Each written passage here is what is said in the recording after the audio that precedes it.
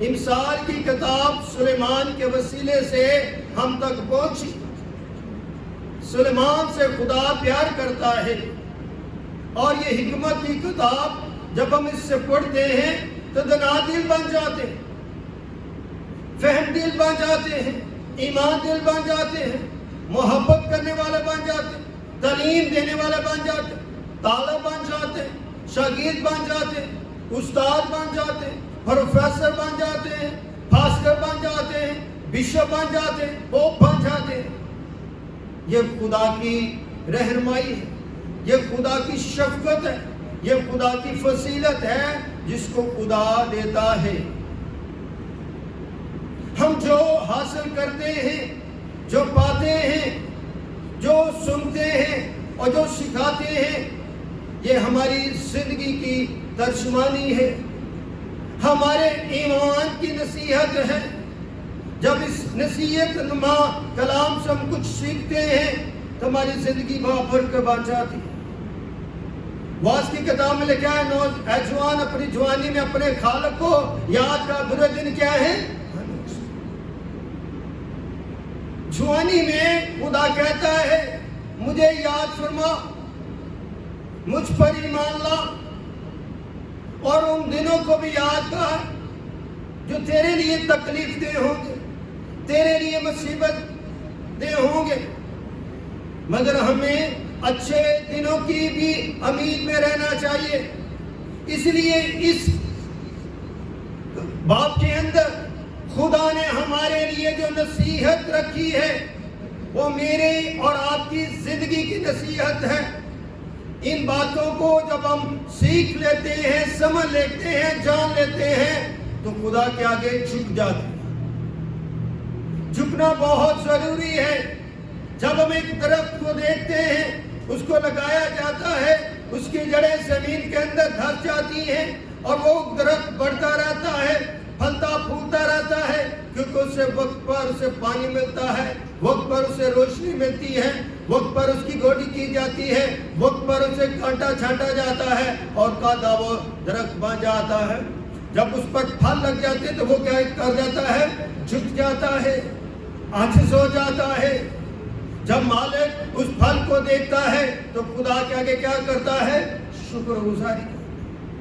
Same kind of our situation ہماری زندگی کی بھی ہے کہ ہمیں جب خدا میں ہم بڑھتے رہتے ہیں، پھلتے پھولتے رہتے ہیں، اور خدا ہماری ترجمانی کرتا ہے، خدا ہماری کفالت کرتا ہے، خدا اپنے روح سے ہماری معاونت کرتا ہے تاکہ ہم اس کے بیٹے ایک بار ایمان لا سکیں۔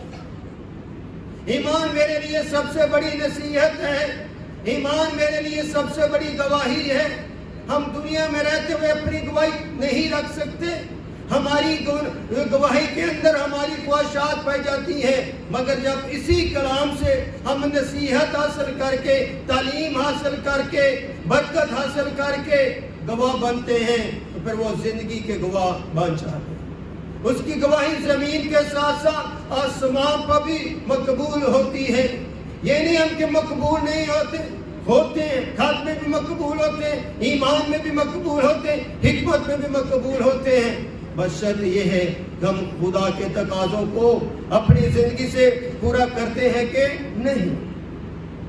اس لیے خدا نے اپنی حکمت، اپنی قدرت سے زمین پر بنیاد رکھی، کیونکہ وہ خالق ہے، وہ بنانے والا ہے، وہ جو چاہتا ہے وہ ہو جاتا ہے، جو اس نے بولا وہ ہوا، وہ وجود پذیر ہوا۔ پھر ہمیں سمجھنا چاہیے جب خدا جو چاہتا ہے وہ کرتا ہے، جو وہ دینا چاہتا ہے وہ دیتا ہے، جو وہ پرکھنا چاہتا ہے وہ پرکھ لیتا ہے، تو پھر یہ کلام جو زندگی کا کلام ہے، جو ازلی کلام ہے، جو ابدی کلام ہے، جو لالسانی کلام ہے، اس کلام کو جب ہم سمجھتے ہیں تو ہماری کفالت ہوتی ہے، ہم نصیحت حاصل کرتے ہیں، ہم سبق حاصل کرتے ہیں، تو پھر اس بات کو سمجھنے کی کوشش کرتے ہیں، اے میرے بیٹے میری تعلیم کو کیا نہ کرا، فراموش نہ، میری تعلیم یعنی میرے کلام کو، میرے ان باتوں کو یاد فرما، اسے فراموش نہ کر۔ ہماری تعلیم کیا ہے؟ تثلیث فی التوحید، توحید فی التثلیث، یعنی کہ خدا کی ذات میں تین اقنوم، خدا باپ، خدا بیٹا اور خدا روح القدس۔ آخر کو جو ہستی ہے وہ اس ہستی کو تو ظاہر کرنے والا تو ہوگا، وہ وحد اللہ شریک تو ہے، نہ اس نے کسی کو جنا نہ وہ جنا گیا، مگر وہ جو دنیا کا بنانے والا ہے، جس کی ہستی ہے، جو اپنی ذات میں قدوس ہے، جو اپنی ذات میں لاسانی ہے، اس کو ظاہر کرنے والا تو ہے۔ پھر اس کو جو ظاہر کرتا ہے وہی تو میرا مالک ہے، وہی تو میرا رازق ہے، وہی تو میرا مددگار ہے، اور وہی اس کی اتباع تعلیم پر میں ایمان رکھتا ہوں، اس کی باتیں میں سنتا ہوں اور اسی کی باتوں کو میں اپنے دل میں رکھتا ہوں تاکہ اس کے خلاف گناہ نہ کروں۔ اور وہ کون ہے؟ کلام مجسم، کلمہ ابنیت، جس کے بارے میں یوحنا فرماتا ہے ابتدا میں کلام تھا، کلام خدا کے ساتھ اور کلام خدا تھا۔ یہ وہی کلمہ ہے، جب سے خدا ہے تب سے وہ کلمہ اس کے ساتھ ہے۔ اور یہ کلمہ کیا ہے؟ کلام نفسی ہے، کلام شخصی ہے، اور یہ کلام تکوینی ہے، اور یہ کلام مکتوبی ہے۔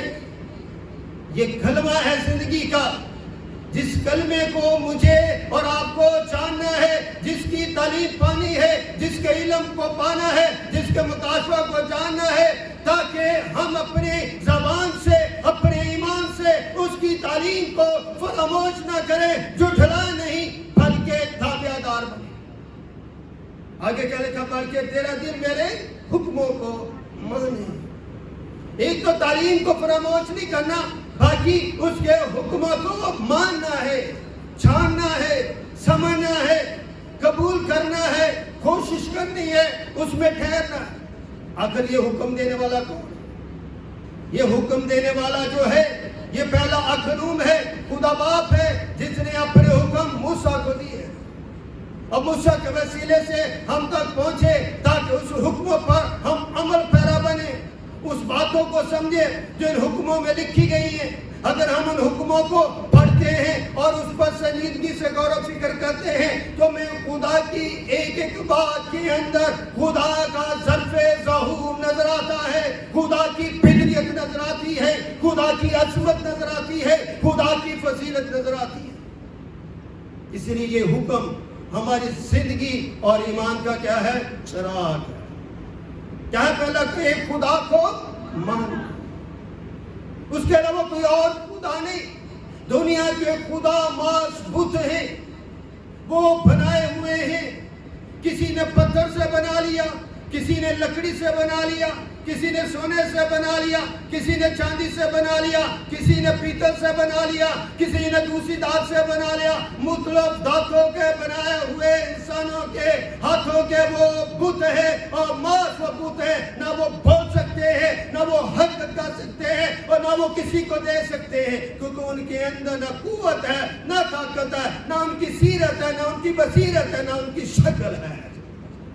مگر میرا خدا جس پر میں ایمان رکھتا ہوں، جس کی میں بندگی کرتا ہوں، جس کو میں سجدہ کرتا ہوں، جس کا میں بے فائدہ نام نہیں لیتا، میرا یہوہ ہے۔ وہ میرا کیا ہے؟ یہوہ ہے، میرا الوہیم ہے، میرا یہوہ شالوم ہے، اور میرا یہوہ یری ہے۔ اس لیے اس کے دوسرے حکم میں لکھا ہے تو اس کا بے فائدہ نام نہ لینا۔ تیسرے حکم میں لکھا خداوند کا دین کیا تھا؟ پاک مان۔ تو یہ کیا ہے؟ خدا کا دین ہے، یہ خوشی کا دین ہے، یہ جاننے اور سمجھنے کا دن ہے، کیونکہ اس دن خدا کے بیٹے یسوع المسیح نے موت خوش کر دی اور وہ زندہ ہوا۔ اس لیے یہ زندہ دل لوگ زندہ دل میں خدا کی پرستش کرتے ہیں، تمجید کرتے ہیں اور اس کی محبت کو محسوس کرتے ہیں۔ کلام جاننے کا نام ہے، کلام سمجھنے کا نام ہے، کلام تجربے کا نام ہے، کلام بانٹنے کا نام ہے۔ اس لیے ہماری زندگیوں میں دو طرح کی ہماری شکلیں ہیں۔ ایک شکل ہے کہ ہم شیطان کی طرف بھی بڑھتے ہیں اور دوسری شکل ہے ہم خدا کا حکم بھی مانتے ہیں. ایک طرف ہم پرستش کرتے ہیں, دوسری طرف ہم دیے بھی جلاتے ہیں. ایک طرف ہم خداوند کا نام لیتے ہیں, دوسری طرف سے ہم غیر بتوں کو بھی ماننا شروع کر دیتے ہیں. خدا ان باتوں سے ہمیں دور رکھنا چاہیے. یہ نصیحت دینا چاہتا ہے اگر ہم اس کے حکموں کو مانیں گے. آگے اجر کی بات کی گئی ہے, اور وہ کیا, کیوں تو ان سے عمر کی درازی اور پیری اور سلامتی حاصل. اگر ہم خدا کے حکموں کو مانتے ہیں تو اس کے عوض خدا ہمیں گریٹ ریوارڈ دیتا ہے, اجر دیتا ہے, اور وہ اجر کیا ہے, عمر کی درازی. اگر ہماری عمر کچھ کم بھی ہے تو خدا اس میں اضافہ کر سکتا ہے. کیا دنیا کا کوئی نبی رسول کسی کی عمر میں اضافہ کر سکتا؟ ہرگز نہیں. ایک ہی نام ہے, وہ خداوند خدا کا ہے جس کی ہم بندگی کرتے ہیں, جو ہماری روٹی اور پانی پر برکت ڈالتا ہے, جو مجھے سلامتی دیتا ہے, جو مجھے قائم و دائم رکھتا ہے, مجھے وہ فضیلت عطا فرماتا ہے, وہ مجھے قوت دیتا ہے, وہ مجھے ایمان کے تابع رکھتا ہے, وہ مجھے بڑھنے کے لیے میری مدد کرتا ہے, جس نے اپنا روح مجھے دیا ہے تاکہ اس کی رہنمائی میں آگے بڑھتا چلا. آگے کیا لکھا تیسری آیت میں, مل کے پڑھتے ہیں, شفقت اور سچائی تجھ سے جدا نہ ہو, اور تو ان کو کیا کرنا, اپنے گلے کا توق بنا لینا. یعنی کہ خدا کی شفقت اور سچائی, صداقت اور عدل, یہ ہماری زندگیوں سے کیا نہیں ہونا چاہیے, دور نہیں ہونا چاہیے. جس دن ہم نے اس کی سچائی کو چھوڑ دیا تو ہم اندھیرے میں چلے گئے. جس دن ہم نے اس کی سچائی کا انکار کر لیا تو ہم شیطان کے تابع ہو گئے. جس دن ہم نے اس کی سچائی کو رد کر دیا گیا تو ہم گڑے میں گر گئے. اس لیے مجھے اس کلام کو اپنے گلے کی زینت بنانا ہے, اسے توق بنا کر اپنے گلے میں رکھنا ہے. یہ زندگی کا زیور ہے, یہ زندگی کا نشان ہے. اس نشان کو, اس کلام کو اپنی زندگی سے دور نہ رکھیں, کیونکہ یہ کلام اصل ہماری شخصیت کو کیا کرتا ہے, نکھارتا ہے. خداوند میں خوش رہیں. ہماری خوشی جو ہے عارضی ہے, مگر جب ہم خداوند میں مضبوط دل ہوتے ہیں تو ہماری خوشی جو ہے قابل دید بن جاتی ہے. ابھی ہمیں پہلا زبور کا, مضبوط میرا دل شوکت دے نال, مضبوط دل جو ہے وہ خداوند کی پرستش کرتے ہیں. کلام میں لکھا, خدا سچے پرستاروں کو ڈھونڈتا ہے جو روح اور سچائی سے کیا کرتے ہیں, پرستش کرتے ہیں. یہ روح اور سچائی کا تعلق ہمارا خدا کے ساتھ ہے. یہ ہماری شخصیت کو نکھارتا ہے, ابھارتا ہے. ہم کسی کی شخصیت کا تعین نہیں کر سکتے کہ یہ کتنا ایماندار ہے. ہر شخص اپنے ایمان میں مضبوط ہے. ہمیں ایک دوسرے کے لیے دعا کرتے رہنا چاہیے اور ایک دوسرے کو نصیحت کرتے رہنا چاہیے, تاکہ ہم اپنی زندگیوں میں, اپنی جوانیوں میں, اپنے بڑھاپے میں بھی کیا ہو جائیں, پروان چڑھتے جائیں. پھر آگے بڑی بات اور لکھا, اور اپنے دل کی تختی پر لکھ لیں. انسان سوچے یار خدا کا کلام میں لکھا ہے, اس کو دل کی تختی پر لکھ لینا, یہ کلام کس طرح میں اپنے دل کی تختی پر لکھ سکتا. اگر خدا اپنے حکموں کو تختی پر لکھ کے دے سکتا ہے تو ہمارا دل تو بہت بڑا ہے. جب سے ہم ایمان میں بڑھتے جاتے ہیں, کلام کا ایک ایک لفظ ہماری زندگیوں میں نقش ہو جاتا ہے. اس کلام کو اپنی زندگی سے رد نہ کریں. آئیے میرے ساتھ زبور 119 اور 165 کی آیت کو دیکھیں.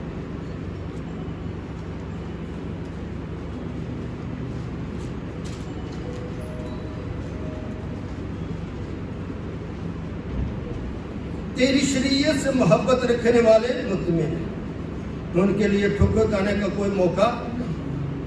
خدا کا کلام میں کیا لکھا ہے, زبور 119 اور اس کی 165ویں آیت میں, تیری شریعت سے محبت رکھنے والے کیا ہیں, مطمئن ہیں, ان کے لیے ٹھکر کھانے کا کوئی موقع.